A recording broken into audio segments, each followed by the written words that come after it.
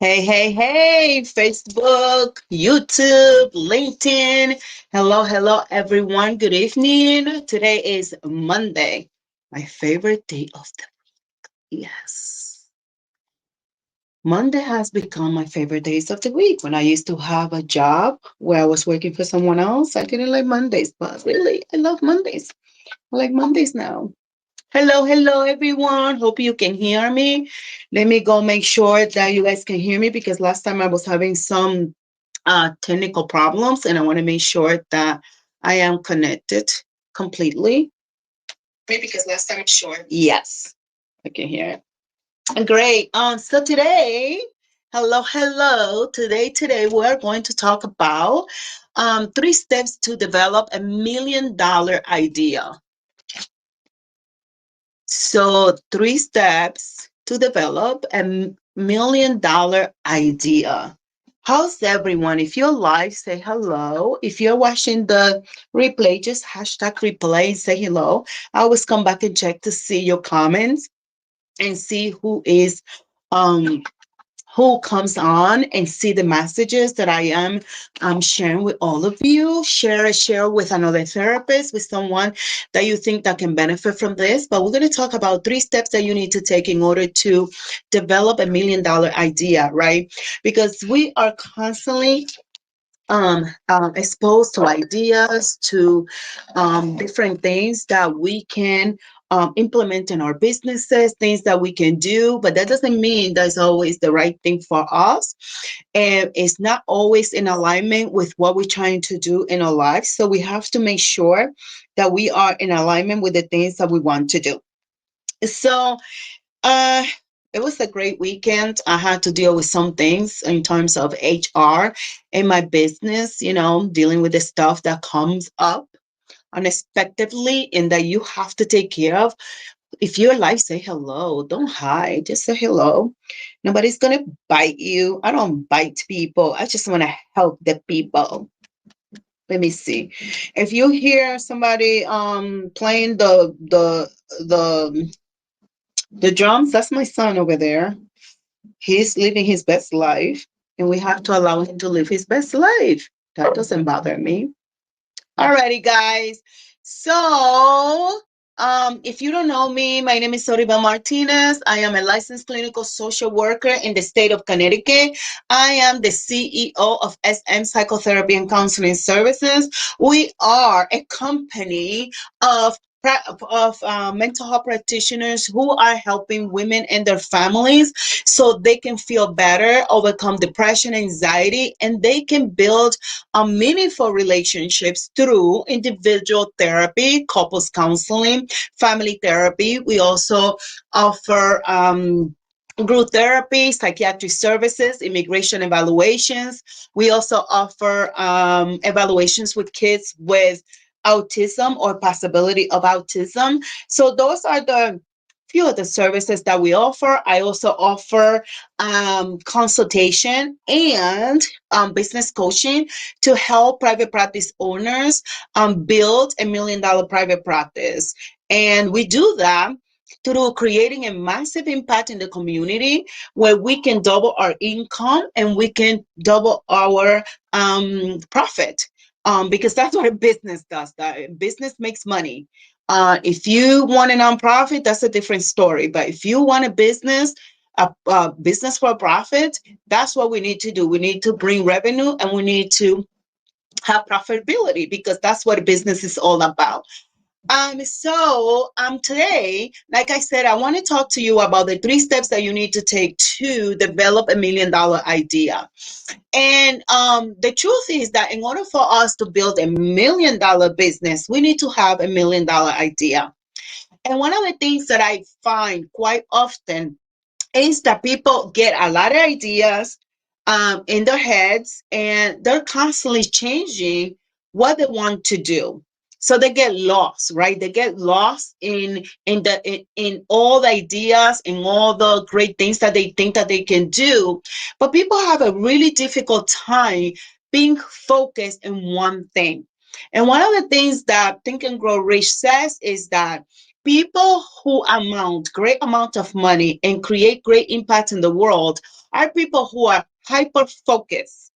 We need to be focused in one idea, because if you are, splitting your energy and splitting your thoughts and splitting your resources, then you water down what you can do and what you can accomplish in your business. So I want to share some of the things that I have done that have produced me great results in my business, that produces revenue, and that helps me um, provide better services to my clientele, to our clients, to our community, so we can continue to impact them and create, the vision, and to bring into fruition the dream of creating more impact and more awareness about mental health, so we can remove the stigma that there is in society. Still in 2024, there is a huge stigma about mental health services, people hiding that they're in therapy, people feeling ashamed that they're receiving services, right? Because quite often people look at it like, oh, I am not crazy, I don't need to be in therapy, I am not crazy, I don't need to see a counselor. When in fact, right, first of all, we do not use that word crazy as it relates to mental health services or mental health illnesses. Okay, you can be in therapy and not have a psychiatric diagnosis. You can be in therapy because you are processing things in your life. Maybe you have stress at work. Maybe you're going through a divorce. Maybe you have a child who's dealing with mental health illnesses. Maybe you are just transitioning. You're in transition in life. Maybe you're transitioning to college. Maybe you're transitioning in life, right? Maybe whatever that is. Maybe you just had a child. Maybe you're trying to learn how to manage the different roles and responsibility that we have. So we still see this idea about mental health services and how ashamed people feel of sharing that they're in therapy, right?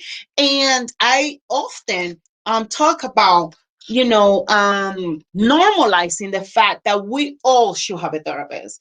I deeply believe that everyone should have a therapist and a coach. And the reason why I believe that is because everyone, I believe that everyone has psychological problems. And if you don't, that means that you live a perfect life. And nobody has a perfect life. We don't have perfect parents. We don't have a perfect society. We don't have perfect opportunities. Nothing is perfect. And one way or the other, we can get impacted by the interaction that we have with our environment. It could be at school, it could be with friends, it could be at home, it could be at work, it could be anywhere, right? So we are often denying ourselves the gift of doing self-care. Sometimes we're denying ourselves the gift of really taking care of ourselves deeply, so we can be as successful as we can be in our personal life, in our spirituality, in our emotions, in our mental health, and in the work that we do, right? So we have to normalize that receiving therapeutic services is a gift. It's actually it is a blessing that we live in a world now that we are normalizing and we are accepting more and more that mental health services is so important for the success of someone's life and the fulfillment of our lives, right? So, and I say this because our one of our marketing strategy right now is to remove the stigma of mental health illnesses in the community by educating people through, we want to have a mental health podcast through actually, blogs and articles, and educating the community about the importance of having a therapist and a counselor that can help you figure things out, that can listen to you, that can actually hold you accountable for the things that you should be working on so you can be a better human being. So, with that being said, as a therapist and being in the business of mental health, and you being in the business of mental health and being a private practice owner, one of the things that you have to pay attention is developing that $1 million idea. How do you want to approach mental health services in the community? Or you just doing services because you have no other choice? Or maybe, you were tired of working in agency work and you just like, okay, let me start a small private practice so I no longer have to listen to my boss, right? So for me, every time I think about my ideas, the number one thing that I always do is that identify a problem or a need in the community. And one of the things that I want to encourage you is to, yes, look at your competition. But don't look at your competition with the goal of competing, but rather to understand what is missing in the market, what is missing in the community, what are some of the problems that we are confronting, that we are dealing with, right? What are some of the social issues that our society is managing, so you and I can come with a solution to the problem and a solution to the people's need. And there is huge amount of need in the mental health sector. There's a lot of need, there's a lot of programming, there's a lot of ideas that we can develop to truly empower people to be the owner of their own health, to take control of their own mental health, to take control of their own emotional health, right?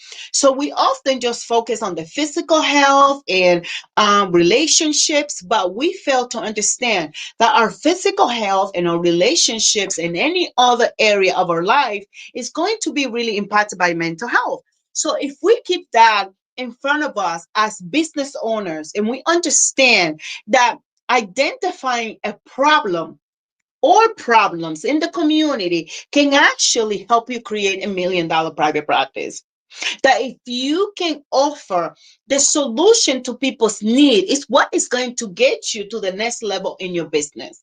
Because $1 million, what it does is just represent the amount of service that you are going to offer to the community. If you offer a small amount of services, you're going to make a small amount of money. If you offer a large amount of services, then you are going to equal that to more revenue, to more profit in your business. But we always begin with what? With what is the problem and what is the need that we're trying to resolve in the community, so we can go out there, identify the unmet need in the industry, and we can target the market with exactly what they need. And the way that I did this early on in my practice was that I was doing in-home services, and I often talk to my clients about what else do you need? What is it that you need from me so I can offer it to you? And not only having conversation, but I created a survey that allowed myself to ask the questions to my clients about what is it that was missing for them. And then when I identified what was the problems and their needs that they had, I was able to identify that I was able to provide those services. And one of the things that people identified was psychiatric services. They wanted to more group service, group therapy. They also wanted immigration evaluations, psychological evaluations, and they also wanted books, and they wanted workshops, and they want courses, and they wanted all these things to help them self-develop and go beyond the therapeutic chair. Because the therapeutic chair allows them to heal, but we need a process to bridge some of that work that we do in therapy so they can continue on a journey of a lifetime, right? So when I was able to do that, and I was able to identify what were the challenges and how I can fulfill those challenges, I was able to create solution to many of the problems that my clients were having. And this is how we are able to identify $1 million idea. Quite often we focus on the wrong thing. We are focused on what our competition is doing, but we don't think about what is it that the competition is not doing that I can bring forward so I can offer to the customers that I want to serve. Because actually it's not about competing. It's to fulfill a need, to fulfill a void, to fulfill a gap, right? There's a gap that we need to bridge, and we can do that through our services. But we can only do that if we can identify the problem and the need that our ideal customer may be having, right? A successful idea needs to be point out and specific. You have to be really specific. Right now in my private practice, I identify one problem, and it's case management. Because quite often my therapists are seeing clients that have problems beyond mental health.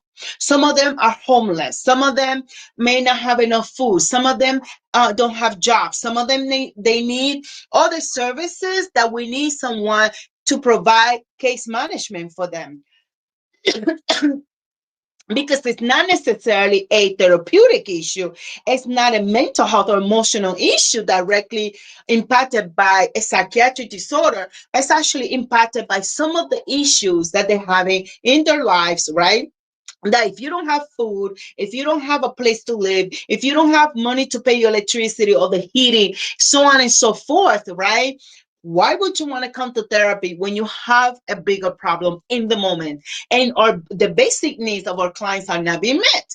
So in the spring, we are launching a self care, a case management program, a program that is going to allow, right, our clients to receive therapy, but also have a case manager that can sit with them either virtually or in person to identify some of their needs that they have, that we can address in therapy, that they actually need someone to help them bridge them to the resources that may be available to them in the community.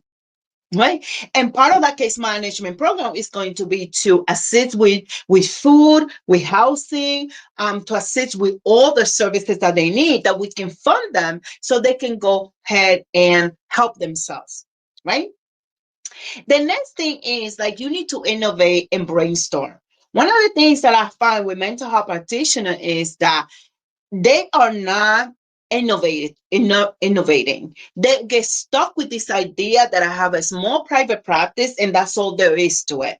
And actually, there is so much more work that could be done in the community through your business, right? It could be providing resources, free resources, or providing other services that they need. So once you identify the problem and the need, you need to brainstorm in different ways that you can bring forward a program, right? An idea that can actually not only impact the life of the client, which is number one, but also bring more revenue and more profit to your private practice. So we need to think outside the box, right? We need to look and explore different angles in which we want to, or we can provide services that is innovative, that is creative, that's new, that is energetic, that brings forward that desire to serve the community. And for me, in my private practice, in our business here, we're not only providing services just for mental health services, but we also help people in the community to connect them with housing. We connect them with food for their children. For example, having a mother who her home was plagued by bed bugs, right? And she had to get rid of all the mattresses in her house. She has 5 children, right? So we were able to provide them with new beds, right? Beds so the children can sleep in a bed where they're not getting bite by bed bugs. So it's not just let's talk about the trauma. It's not about just let's talk about how to improve the depression and the anxiety, but also providing people with resources that will help them better their lives and the life of their children. So gather, information. Ask your client what it is that they need. Ask other people what ideas do they have in ways that they can help other people, right? I have someone that contacted me this weekend, and she was talking about a program in Waterbury where we want to help teenage moms, right? So they can continue to go to school. And a lot of times what they're missing is a formula or Pampers or car seat, things like that. So we want to be able to bridge that need, right? So we are the ones that need to make sure that we're providing this, because who will? Right? We cannot leave everything up to the government. We can be part of the solution, not just part of the problem. So one of the things that we need to do is think about a fresh perspective and how these problems can be solved. And a lot, you may tell me, but Soribel, I can't help the whole world. I can't change the whole world. Well, what you're responsible for and what I'm responsible for is to help one person at a time. We are not to solve the problems of the whole world. We are to resolve the problem of one person, right? Because if what we can do is change the life of one person, that is enough, because that person is good enough, because that person is enough. So we need to get creative. We need to open our minds to really understand what people need, how we can innovate and help them, how we can grow, how can we multiply what we already have, how we can duplicate what we already have, right? Because of course, I cannot be the case manager and the therapist and the business owner and the clinical director. I can't do all of that.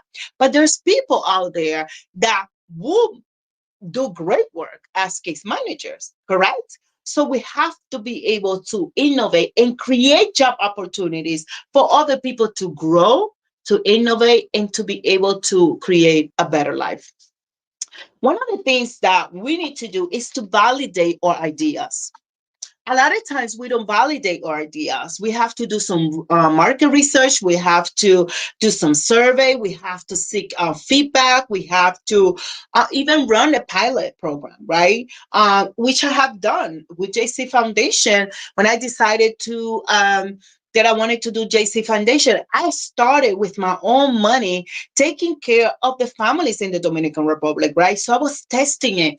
I was looking at the need, right? And then I was able to apply for a grant and get a grant to help more families, right?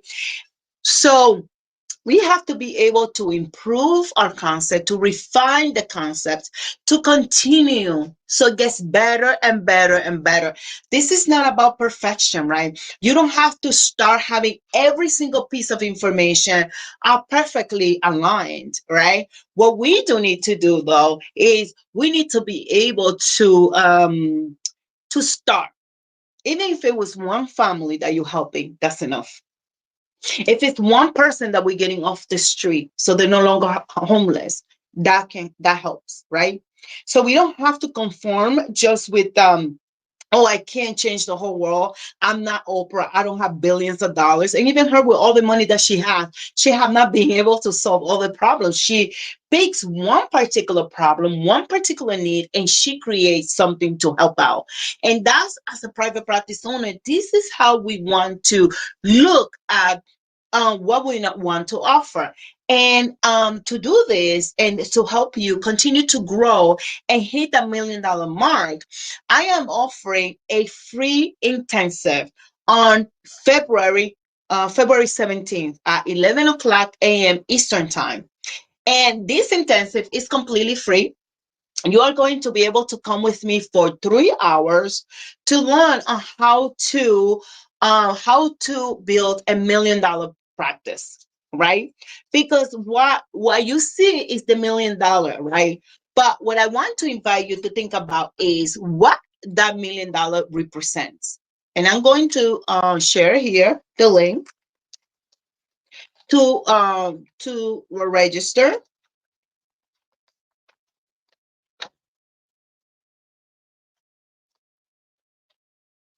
So you can register. It's completely free. It's a 3 hour virtual intensive where I'm going to teach you some of the first steps, some of the first things that you need to do in order for you to create $1 million private practice.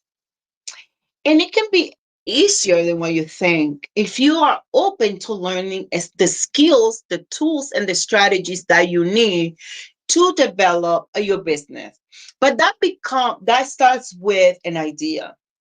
When I had the idea to open my private practice, I didn't even have an office space. And then the idea was that I'm going to start as a in-home therapist. I'm going to turn my little car, my little Mercedes-Benz, white on white, beautiful car that I had, I'm going to turn it into a mini office. And that way I can go into people's house and provide the services, right? So the idea of starting that way has yielded so many millions over the 5 years, right? So you need to come to a place to learn some of the skills that you need in order to bring your business to $1 million and beyond. And of course, you don't start at $1 million. You start $100,000, $200,000, half a million, 700,000, whatever that is. But we need to start somewhere, and it begins with an idea. And if you have the and if you have the commitment, the purpose, the vision, and the mission, we can make it all worked out. You just have to make sure that you are open to $1 million idea and actually execute the steps that will take you to that success. So go to $1 million private practice intensive.com and register. It's completely free. It's going to be on a Saturday because I know that many of us private practice owners, right? We see clients during the week. You're going to be able to ask questions. I'm going to give you as much as I can in 3 hours. And I think that you are going to love the information. And this is not no, I'm going to give you some of the tools and the strategies that I have used in my own business, and some of the tools and strategies that I have written in this book that is being launched in May. May 18th is the day that we're going to celebrate the launch of this book. And let me show you the manual of my big old manual of 800 pages. Here it is, that I designed, I created to give my clients all the tools, the templates, everything that they need to hire, to onboard clients, to onboard therapists, to grow, marketing strategy, all the things that you need to get to $1 million. It's easier than what you think. When you are committed to the work and you decide that you are no longer going to think that it's enough to just have a small something. That if you have the purpose and the calling, go all the way in. And that begins on February 17th at 11 o'clock in the morning Eastern time. And you can register at misllion.privatepracticeintensive.com. And you can actually have a great time with me and learn as much as we can together. So listen, if you have any comments, leave them in the comments. If you have any questions, leave them in the questions. But don't miss it. Don't miss it. $1 million idea can yield $1 million business. But you have to be willing to commit and listen to your idea. And you need to be able to do one, you need to identify the problem. Two, you need to innovate. And three, and the third step is for you to validate the idea and implement it and revise it as much as you can until you make it the best that you want it. But you don't have to wait until it's perfect, quote unquote, before you can launch it to the world and help at least one person. Sometimes one person is all we need so we can create massive impact. So I'll talk to you later. Adios. Besitos, besitos.